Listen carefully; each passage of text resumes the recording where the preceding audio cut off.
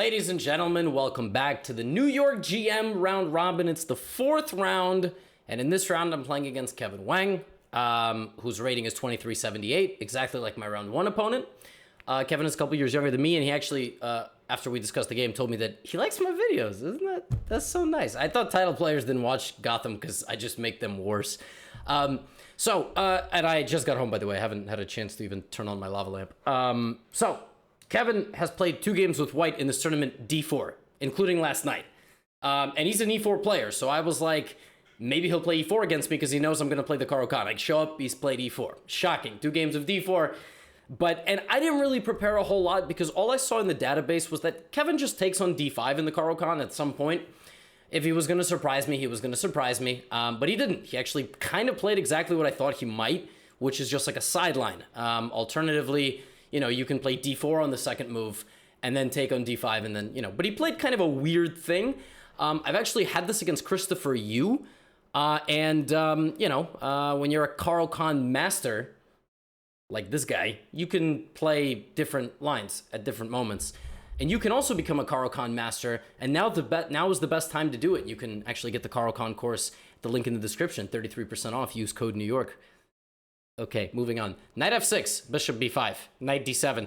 Basically, white's point is that you're going to kind of mess up black's coordination, and then you're going to act like nothing happened. You're going to just castle out of there, and if black just kind of develops normally, you kind of end up getting an exchange Caro Kann, but black kind of has the knight on d7 for no reason.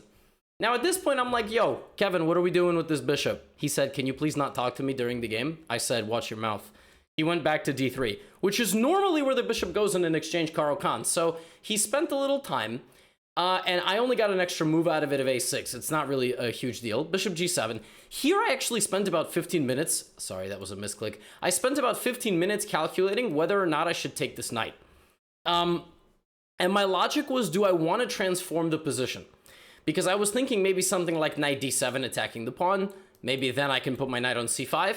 I was also thinking maybe knight g4, which actually prevents f4 because I would have this check, which is very nice. I thought maybe he would play something like queen e2, bishop g7, bishop f4. We'd kind of have a mad dash for this pawn. The engine here tells me to play queen b6, which I thought was fine just for white after c3. And then it just says castle and white is better. Okay, black is better. No, it doesn't say black is better because knight d2. Anyway, I thought about this for a long time. I really thought about this. I did not admittedly see the idea that after h3 I can actually take this pawn, which is what the computer is saying. It says takes, takes, takes, takes, and queen b2. Ouch. And the knight is trapped, but it has to move because otherwise you take the rook. Didn't really see that, and even then black is not even better. So, fantastic. So I thought for a while, I decided to just play normal. And here he shocked the hell out of me. He didn't even spend like any time, and he just went like this. I was like, yo, am I dumb? Do I not understand chess? This dude just played knight f3, knight e5, knight f3.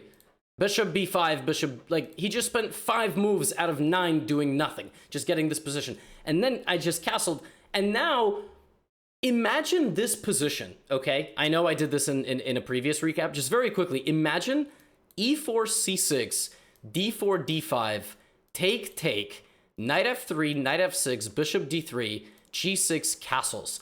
And now black gets 1, 2, 3, and 4 moves. 4 moves is basically what happened in the game.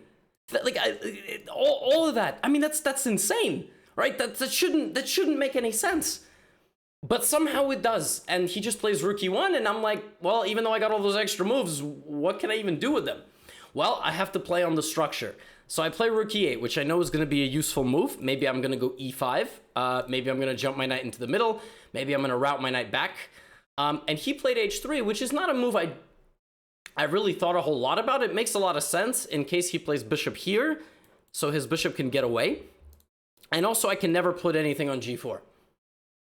So I started thinking, okay, how do I justify my extra moves? Kind of hard to do, because if I play b6, bishop b7, that's completely wrong, because white just gets a beautiful setup, and that's not where my bishop belongs. So then I'm like, what if I rotate you around like this? And then I trade the light squared bishops, which is very common, and you would know about this idea if you had the Caro Kann course, which you can get for 33. I'm going to stop. However, I thought that this was silly because the only way my knight gets back into the game is if that trade happens. So for example, if something like knight e5, bishop f5, if white just doesn't take, if white just plays like knight d2, like where's my knight going? You know, where's it going? So then I thought I was big brain. Back to b8 we go. I mean, he spent 5 moves doing nothing, so right? So but active the whole time. I'm like, am I stupid? Like, do I not understand chess? So he plays c3. And here, I thought I went galaxy brain. Normally, in these positions, the bishop likes to be on f4. He didn't play that because he probably didn't like queen b6. And now he has very uncomfortable decision. b3 really destabilizes the dark squares. Queen c1 just looks stupid. And bishop c1, if you play bishop c1 with a straight face, someone should punch you in the face. So he played c3, and now I'm like, I'm so smart, I'm going to play queen c7. I'm so smart because now he can't play bishop f4, which is where you want. And now what I'm going to do is I'm going to play bishop f5. We're going to trade. I'm going to win control of e4, knight c6, e5. We in business. And then I shit you not, he went here again to make a shield for his bishop. I was like, yo, nah, no. So I wanted to go here. And after bishop f4, if he puts his pawn here, I thought knight d7, I rotate around, we play chess, e6 doesn't work because I just take the bishop. And then I said, wait a minute, what if I play knight fd7? And my man thought for 20 minutes. And there's a major difference between knight fd7 and knight c6. The idea being that if this move, now I take, and this is much worse for white, I thought, after knight c6, queen e2, because I can play the move f6, f6. Point being that I have this, and now a very nice move, e5, taking full control of the center. Boom. I got my pawns side by side. I'll take this pawn when I need to. I'm going to move my bishop somewhere. I'm going to move my rook. Oh, position is beautiful. Computer says 0.12, aka equality. What? I was like, there's no way he can play into this. I analyzed the game afterward. It says this is equal. It also says, I'm not kidding, it says the move knight fd7, which we both thought was really good, is +1 after white plays this. Yo, like, I mean, what even is that move? What is that even? You know what the idea of that move is? Going for h6. Just going for, like, for example, if I play knight c6, he just goes here. Like, no one saw that. No one in this game saw this idea. No one. Now, I know some of you in the comments are gonna be like, I saw that. Shut up. Stop lying to yourself, okay? I see those ridiculous comments like, you know, I'm only 1600, but actually that came to me naturally. Yeah? Why are you 1600 then? All right, I'm not even mad at you. I'm mad at Stockfish. Anyway, knight g4 is better for white, but I still get very aggressive counterplay in the center with e5. So yeah, I mean, okay. So he took my knight, and I was like, fantastic. Now I'm going to go here and here. That's it. Boom, boom, boom. Yes, yes, yes. He plays queen f3, and I go, oh, he messed up. Oh, he messed up bad. He blundered. He blundered the fact that I don't have to guard this pawn. I don't have to play e6. He blundered that I have knight c6, queen d5, kabam. Or here, here, here, and we get kind of the same position. So why is that even good? Aren't I just down a pawn here? No, because the center falls apart and I have tons of tactics on his rook. So for example, if d-e5, I play knight e5. Now I'm threatening check to take his rook. And if, for example, he plays this, I just have a massive attack. All my pieces are in the game. 3 of his pieces are back home. Black is completely winning. So I start thinking, I'm like, do I play e5 or knight c6 first? I can't tell the difference. I spend 15 minutes. I decide to go with e5, takes knight c6. I thought this was the most forcing option I had. I didn't know his next move. I actually thought he had to go queen d1. And then if knight e5, bishop f1. No joke. I actually, and by the way, that's the second line of Stockfish. But he found the better version of defense. I thought this was the only thing he had. Turns out, he can actually allow the fork. He can actually allow the fork because he pins me. And I was like, no way. No way he has time for this. I mean, d4, boom. If he takes with the bishop, knight f3. If c4, I have queen a5. If bishop d2, I don't know. Turns out there's nothing here. Look, knight f3 check. Here, rook e1. I stopped calculating after king g2. Turns out I have queen a4, bro. Bishop e1, queen d4 with a threat of this and this. Are you kidding me? Are you kidding me?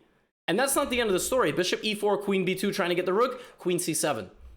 Attacking this. Yeah. Beyond my pay grade, beyond anybody's pay grade. Shut up, Stockfish. Queen g3. Here I thought I was a genius again. Bishop f8. Yo, I'm mad smart. Look at this. I'm going to reroute my bishop so that the queen and the bishop work on that diagonal.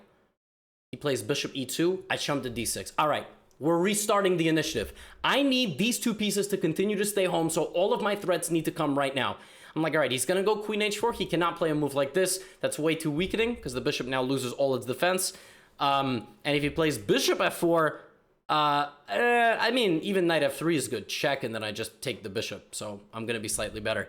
But he goes here, and I slide my knight back to c6. And once again, I'm like, yo, I got all the threats in the world. I am threatening either rook e4, rook takes e3, f e3 fork, potentially d4, potential sacrifice, and maybe go over here with my knight, doubling up on the e file before I shatter these bishops. Bishop e7, where's the queen gonna go? Like, the queen has barely any moves.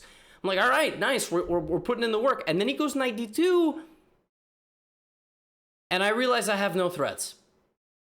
Because if I want to play knight e7 to go knight f5, he just plays bishop here. And this is actually not a trade I want, because he just comes here and that's it. There goes black's advantage. My advantage is the fact he has not fully developed his pieces yet. That's my advantage. His pieces are scattered, poorly coordinated. I have to pounce. If I play knight e7, he just goes bishop d3. I thought about playing this, then we probably just repeat moves. So I was like, no, I don't want that. No. Now, if I play bishop e7, I thought I was really smart. Because after bishop g5, which is what I thought was his best move, I have bam, bam, attack his queen, double up, bam, bam. Except he pins me. I have no threats. I can't move my rook anymore. Or it's just back to it. I'm like, no. Where are my threats? I have to have threats. Rook e3, f e3, bishop g3, queen g5, bam, bam. Rook e8 or queen b6. No, I got nothing. No threats. I'm sitting and staring at this position like, how the hell is this possible? I must have missed something. So here I come up with, and then I'm like, what about, again, I'm cycling through moves. I'm like, okay, what if I check him? So now his king has to stand a square farther in the endgame. Pretty smart. Now I'm thinking, do I go rook e3, bishop g3, or do I just play this right away? Because if takes, I kind of, I move this f pawn over there. So should be pretty good for me. Or I go like this. And then after takes here, he just plays bishop f3. And I'm like, why do I not have an advantage? So I think for a little bit. At this point, I have maybe 5-6 minutes. He has about 15 in a 90-minute game. I really don't want to play rook e5 because I don't like that his queen can just hang out. I don't really know what this does either. I mean, it like desperately defends this pawn, but I mean, then I have no real pressure on this because it's always very well. So I decide, you know what? Queen trade. Then he plays this. I'm like, uh-oh. He has a weakness, which is why I went for this, but I also have a weakness. And I actually think the quality of his pieces is better than mine. So I play knight e7, trying to reroute to f5. He brings his king back. I go knight f5. I have two ideas now. Either knight h4 to take the bishop, or knight to d6 to go to c4 to attack b2. He plays king f2, and he offers me a draw. And let me tell you, folks, I have never accepted a draw offer that fast in my life. I damn near jumped over the chessboard to give my man a hug, because I'm pretty sure he can terrorize me until the ends of time in this position. And I'm right. Apparently, this endgame is better for white. It's white who should be putting pressure on black. Because if I play knight h4, he has this move, which neither one of us saw. The point is that this this is a horrible transformation because now my knight doesn't get back. And if I play f5, my knight is kind of stranded. So something like this, g5, and machine claims that, you know, white is better in this endgame because my pawns are a little bit overextended. Now, if I don't play knight h4, and I just play like this, you know, I'm going to defend, but we're going to be here for a while. So I was actually shocked he offered me the draw. He must have been a bit frustrated with the way the game went, and he kind of felt like, all right, now that we've traded enough pieces, it's obviously just equal. But it turns out that it wasn't. Now, before we end this video, you can tell I'm a little bit frustrated. Naturally, we have to look at where I lost my advantage. Well, it turns out I had no advantage. It turns out that I never had an advantage. At this exact moment, the machine thinks that I could have maybe played bishop takes e5 because this is bad still. I mean, it's just too much stuff here. And knight d2, I should play d4. This is where the computer thinks maybe I could have played differently, but this also looks a bit peculiar because we just kind of trade everything, and he goes like here, and I mean, yeah, but this was probably the best chance I had. I had one chance. The way I played in the game, the whole game was equal. Maybe instead of bishop f8, I play rook c8 to defend my queen. He still moves out of the way. I play knight to c4. He takes, I take, he takes. I actually have to take with the rook or else I have a stupid pawn. Now we have complete symmetry. So he plays like knight d2, knight f3, knight d4, and it's a draw. Evidently, I understand nothing about the game of chess, but the good news is I have lunch ready. So thank you for watching the recap. I hope you had a good time. I hope this made you laugh. Hopefully it didn't make you cry. And yeah, we drew. Caro Khan OP. Code New York, 33% off. I'll see you for round 5. Get out of here.